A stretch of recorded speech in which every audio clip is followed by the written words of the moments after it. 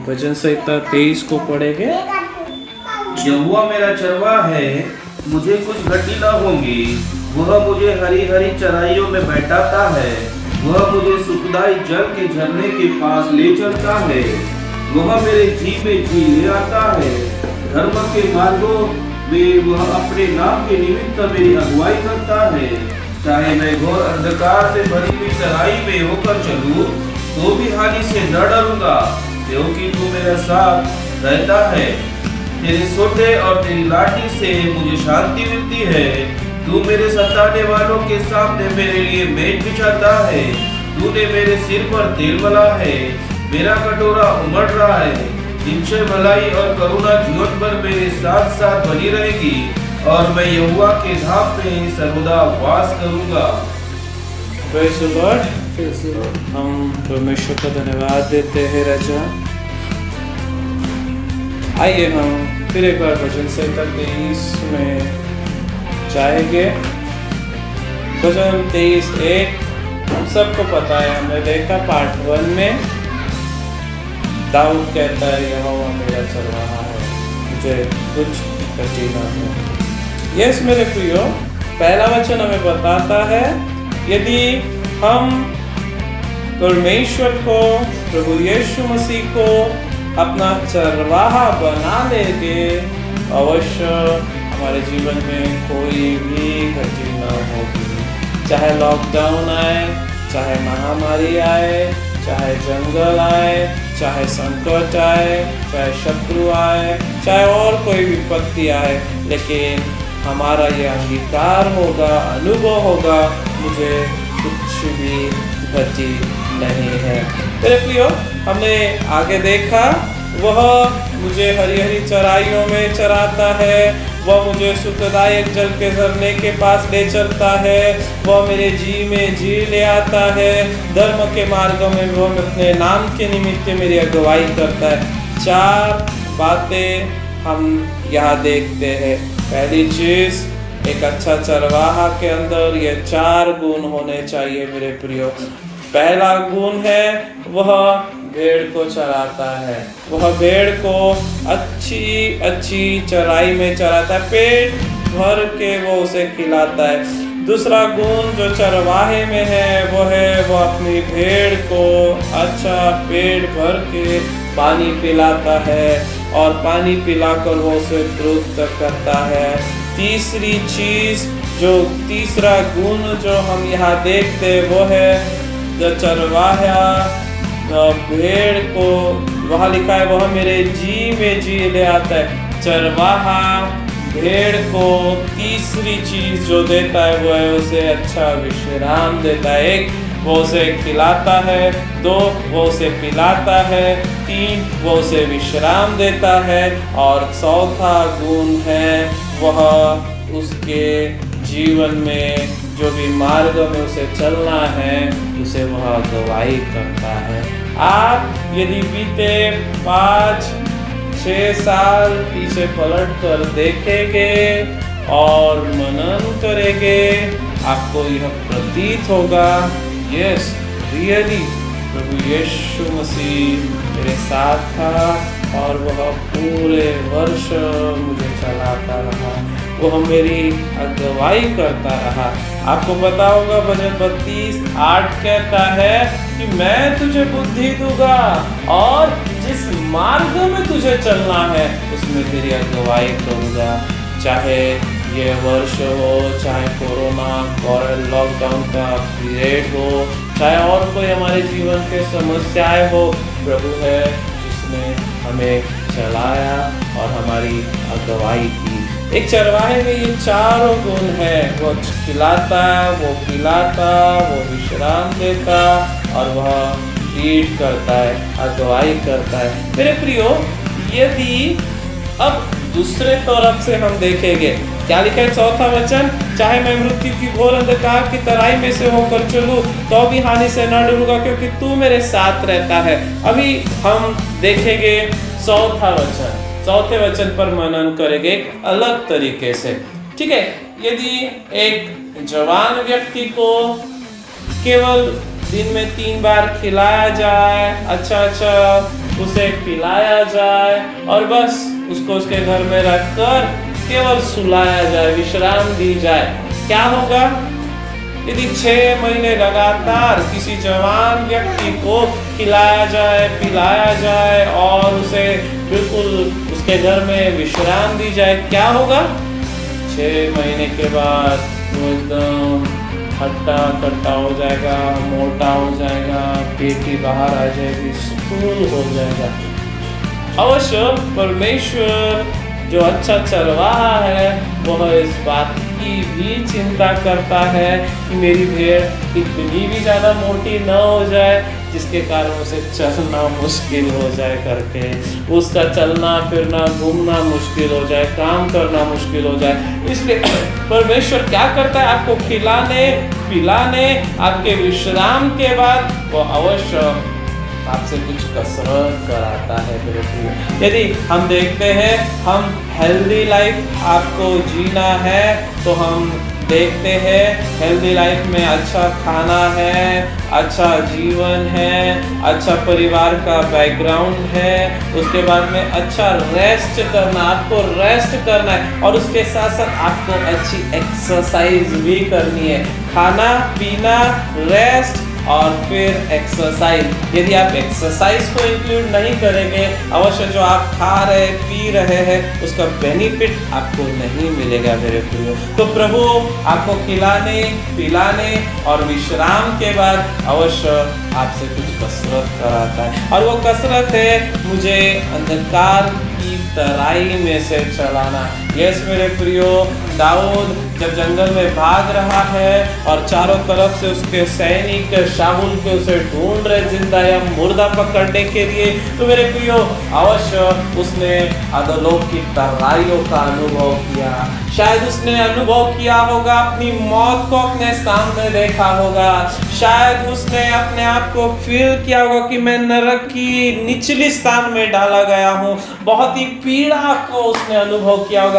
लेकिन उसका अंगीकार क्या है कि वो कहता है मैं ना डरूंगा क्योंकि तू मेरे साथ रहता है। मेरे प्रियो, मैंने बीते समय यह अवश्य शेयर किया, उस जगह यदि हम होते तो हमारा क्या कन्फेशन होता, अंगीकार होता, अरे ये बीमारी अब मुझे खत्म कर देगी, अरे इस परीक्षा में तो अब मैं गिर नहीं जाऊंगा, अरे ये जो प्रॉब्लम आई है ना इसमें से मैं बाहर नहीं निकलूंगा। मेरे प्रियो, लेकिन हम यह दाऊद के कन्फेशन को देख सकते हैं, अंगीकार को देख सकते हैं। नहीं, ये कर्जा मुझे खत्म नहीं करेगा, ये बीमारी मुझे खत्म नहीं करेगी, ये पहाड़ मेरे जीवन से उखड़ जाएगा, मैं किसी भी हानि से नहीं डरूंगा, कोई भी मुझे नहीं मार सकता, मेरा प्रभु क्योंकि मेरे सब और मेरे साथ रहता है। मेरे प्रियो, वहाँ आगे चौथे वचन में वो आगे कह रहा है तेरे सोटे और तेरे लाठी से मुझे शांति मिलती है। यस, जब परमेश्वर का सिखाने का तरीका कैसा है, नंबर 1 वह आपको थियरी सिखाता है वचन में प्रचार के द्वारा, और वह आपसे सिखाने के बाद थियरी आपसे प्रैक्टिकल भी करवाता है। अक्सर आपने यह अनुभव किया होगा, संडे हम गए, चर्च में आराधना हुई, प्रार्थना हुई, गवाही हुई और अच्छा वचन प्रचार हुआ, लेकिन उसके बाद जब हम घर आए कुछ तो भी हादसा हो गया, कुछ तो भी घटना हो गई, घर में आने के बाद कुछ तो भी वाद विवाद हो गया, मुंह बच गया, लड़ाई हो गई। मेरे प्रियो, वो क्या है एक्चुअल हमें मेंटेलिटी चेंज करने की, और वो क्या है, वो क्यों आया है, उसे समझने की आवश्यकता है। मेरे प्रियो, जो खुदा बाप के सिखाने का तरीका है, पहले आप जब तक उसे नहीं सीखेंगे तब तक आप वो सारी चीजें नहीं समझ पाएंगे। एक परमेश्वर आपको वचन प्रचार प्रभु के सेवक के द्वारा जो होता है उसके द्वारा परमेश्वर आपको थियरी सिखाता है, और फिर वहां से निकल कर आपको वह प्रैक्टिकल में लेकर आता है मेरे प्रियो, और वो आपसे प्रैक्टिकल करवाता है, प्रैक्टिकली वो आपको सिखाता है। अवश्य दोनों प्रकार से परमेश्वर आपको सिखाता है और हमें चाहिए कि हम सीखें अवश्य ही। वो दाऊद का अनुभव क्या है? दाऊद का अनुभव है तेरे सोटे और तेरे लाठी से मुझे शांति मिलती है। शायद मैं कहूँगा नहीं यार, किसी के सोटे और लाठी यहाँ क्या बोल सकते हैं? किसी के कड़वे शब्द, किसी की डांट, किसी की फटकार। डांट कैसे लगेगी? पास्टर डांट देंगे कैसे लगेगा? आपके मालक डांट देंगे कैसा लगेगा? अच्छा नहीं लगेगा।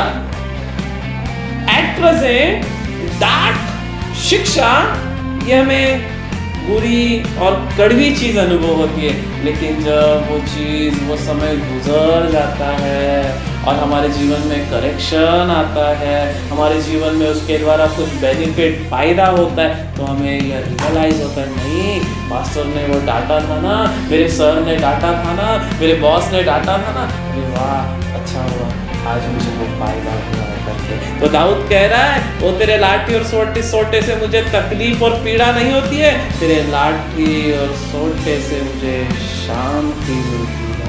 यस मेरे प्रियो, शांति केवल घुटने टेक कर उसके चरणों में बैठे रहने से ही नहीं मिलती है। शांति उसके लाठी सोटे अर्थात करेक्शन करने के द्वारा हमारे जीवनों को उसके मिलती है। वो आगे कहता है, तू मेरे सताने वालों के सामने मेरे लिए मेज बिछाता है। अभी सताने वाले, मेज बिछाना, अभी शत्रुओं के सामने मेरे लिए मेज बिछाता है। भैया स्वर्ग में कोई शत्रु नहीं है, स्वर्ग में कोई प्रॉब्लम नहीं है, स्वर्ग में शायद शत्रु नहीं है, स्वर्ग में प्रॉब्लम नहीं है, स्वर्ग में बीमारी नहीं है, स्वर्ग में श्राप नहीं है। प्रॉब्लम यहाँ पर है। स्वर्ग में जाने के बाद परमेश्वर मेज बिछाना यानी क्या? ओ हमारे शत्रुओं को जेल्यूस करना, हमारे शत्रुओं को ईर्ष्यालु करना, उनके अंदर में चीड़ उत्पन्न करना। यदि ऑब्वियसली हम मसीह लोग हैं और हम प्रॉस्पर हो रहे हैं, हम समृद्ध हो रहे हैं, हम बढ़ते जा रहे हैं और दूसरे लोग हमें देख करके क्या हो गए? चिड़ेंगे, अरे ये कैसे क्या बढ़ रहे हैं, ये कैसे क्या बढ़ रहे हैं। मेरे प्रियो, शत्रु पृथ्वी पर है और हमारे पृथ्वी पर शत्रुओं के सामने प्रभु हमारे लिए मेज बिछाता है, यानी वो हमें पार्टी देता है, वो हम पर अनुग्रह करता है। अवश्य इतने कठिन समयों में जिसमें से पूरी दुनिया गुजरी है, उनके पास एक कड़वा अनुभव है, एक बुरा अनुभव है, लेकिन हम में से कोई नहीं कह सकता जो प्रभु का सच्चा बच्चा है, अरे प्रभु ने मुझे बहुत तकलीफ में से लेके गया, मेरे जीवन में बहुत सारे प्रॉब्लम्स हैं, अरे हमको तो भूखा रहना पड़ता है। कोई भी नहीं कह सकता, हर कोई अनुभव करेगा, गवाही देगा। खुदा हमारे साथ थे, प्रभु ने हम पर दया की, प्रभु ने हमारी सुधी ली, प्रभु ने हमें बराबर किया। वो मेरे सताने वालों के सामने मेरे लिए मेज बिछाता है। आगे तूने मेरे सिर पर तेल मला है, मेरा कटोरा उमड़ रहा है। यस मेरे प्रियो, आप अपने जीवन में फुल फ्लोइंग अनॉइंटिंग चाहते हैं कि आपके अंदर जीवन की नदियाँ बहने पाए। आप क्या करिए? परमेश्वर के वचन का अंगीकार करिए। इस वचन को दिन में हजारों बार, सैकड़ों बार अंगीकार करिए। यस, बैठे बैठे आराम से रिलैक्स पोजीशन में बैठ जाइए और बोलना शुरू करिए, यस लॉर्ड, तूने मेरे सिर पर तेल मला है, मेरा कटोरा उमड़ रहा है। तूने मेरे सिर पर तेल मला है, मेरा कटोरा उमड़ रहा है। के साथ काम करते, चलते, फिरते हुए भी जब आप इस वचन को कंटिन्यूस कंप्रेस करेंगे, आप फील करेंगे इसलिए मेरे ऊपर हो रहा है, इसलिए मेरे ऊपर उतर रहा है, अनॉइंटिंग मेरे ऊपर आ रही है। और यशायाह 10वां अध्याय और 27वां वचन कहता है, बाइबल कहती है, उन दिनों के बाद ऐसा होगा कि तेरे गर्दन पर से जुआ हटाया जाएगा और तेरे कंधे पर से बोझ उतारा जाएगा और अभिषेक के कारण जुआ तोड़ा जाएगा। यस, अभिषेक जुआ को तोड़ता है। यदि आप चाहते आपके जीवनों में शैतान जो दिन भर निराशा के जुए लाता है, चिंता के जुए लाता है, थकान का जुआ लाता है, प्रॉब्लम्स का जुआ लाता है, भविष्य कैसा होगा उसका जुआ लाता है, वो जुए तोड़े जाए अभिषेक के द्वारा। आप इस वचन को कंटिन्यू करो। तूने मेरे सिर पर तेल मला है, मेरा कटोरा उमड़ रहा है। तूने मेरे सिर पर तेल मला है, मेरा कटोरा उमड़ रहा है। अवश्य चर्च हमारा जब चालू था, हम लोग अक्सर इस वचन को अंगीकार करते थे, अक्सर बोलते थे, यस लॉर्ड तूने मेरे सिर पर। सोचिए ना, वो सिर पर तेल का उंडेला जाना और कटोरा उमड़ना यानी क्या? फ्लो होना यानी क्या? वो बहने वाला, निरंतर बहने वाले अभिषेक को दर्शाता है। यूहन्ना 4 अध्याय और 15वें वचन में सामरी स्त्री से याकूब के कुएं पर प्रभु यीशु मसीह क्या कह रहे हैं? यदि तुम मुझ पर विश्वास करेगी,